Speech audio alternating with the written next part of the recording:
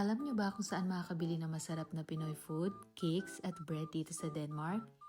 Tara, samahan niyo ako na alamin. Let's go! Bago ang lahat, this is Miss Au, kababayan niyo dito sa Denmark.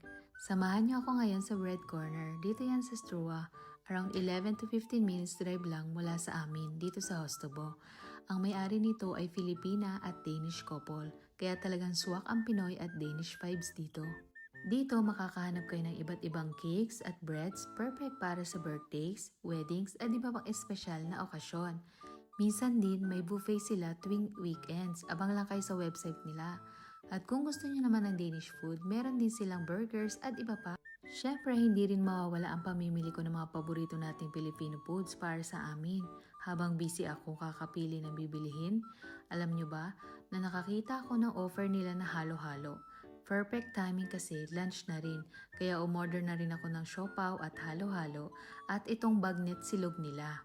At tumating na nga yung halo-halo namin. Grabe mga kababayan, panalo ang pagkain, ang sarap talaga. Bihira lang makakain ng ganitong klaseng Pinoy food dito sa Denmark, kaya sulit na sulit. Siyempre hindi pwedeng mawala ang bigas dahil rice is life. Samantalang dito sa Denmark, potato is life naman. Sobrang nag-enjoy kami dito. At eto nga si kabayan ay namili rin ng mga tinapay, dadalhin daw niya sa kanyang trabaho.